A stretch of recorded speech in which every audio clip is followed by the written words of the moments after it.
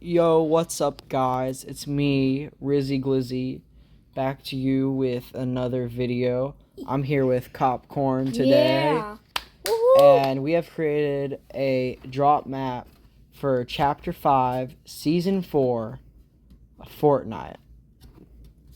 Yep. And we are going to be ranking our top 10 favorite dropping spots, starting off with number 10. Alright. Now I'll zoom in here. This spot, it's a little dockyard south of the map, is so good. A few reasons that I like this spot in particular: there's a lot of chests. There is a giant slurp container that can get you and your team to full shield. There's a recruitable AI and a few vehicles spawn there. I like that spot. Mm-hmm. Alright, moving on to number 9. It's actually Grand Glacier. There's a good reason why it's Grand Glacier. There are vehicle spawns, really good loot, and then you can easily just come right down here. There's a bunch of chests, and then there's a recruitable right here. A lot more loot, and the plane crash in the lake. It's a really good spot. Here, you can circle where that recruitable and plane crash is. Yep, it is right here. That's the recruitable, and then the plane crash is just right here, and it has a lot of good loot. All right, very interesting.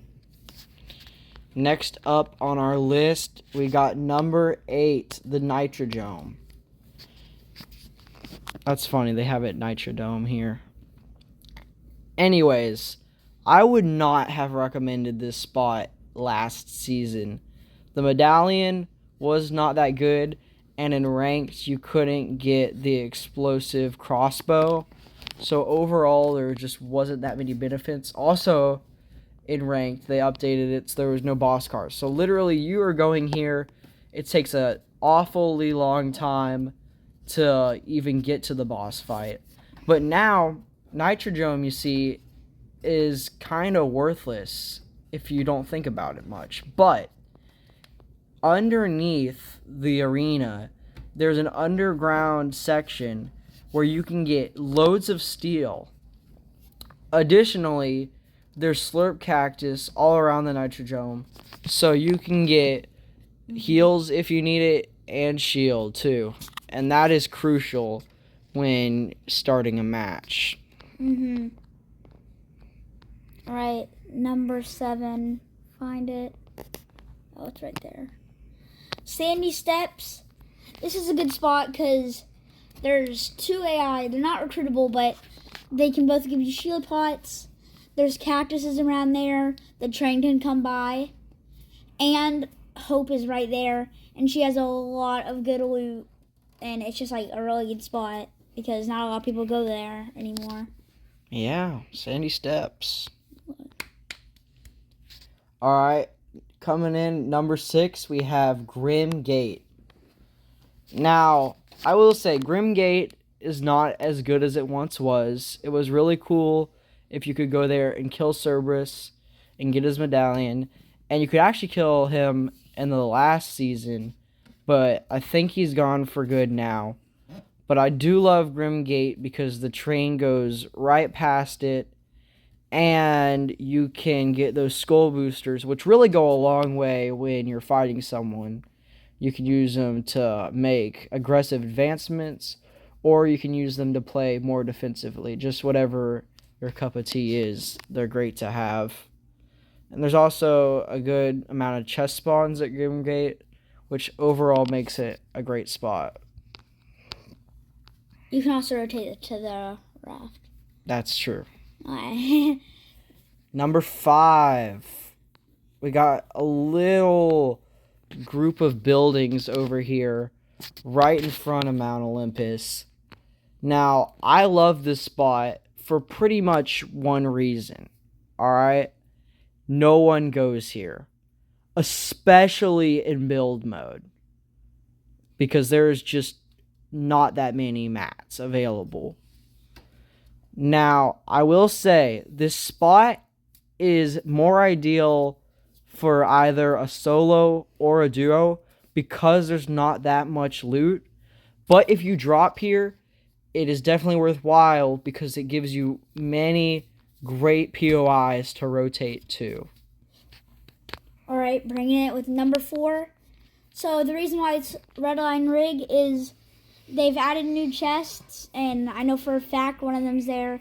There's still a bunch of chests there. There's also Slurp Cactus. Not a lot of cars, but it keeps you away from like all the fighting if you're that kind of kid that doesn't want to get in big fights, and you can get good loot, and it's just a really good spot. So yeah, Redline Rig is definitely a spot you're going to want to drop if you want to get loot. And if you're more of a defensive player. Yep. We're moving on to 3. Yes, sir. It's number 3. All right. And all the way at the north of the map. All the way on this other side. So now, number 3.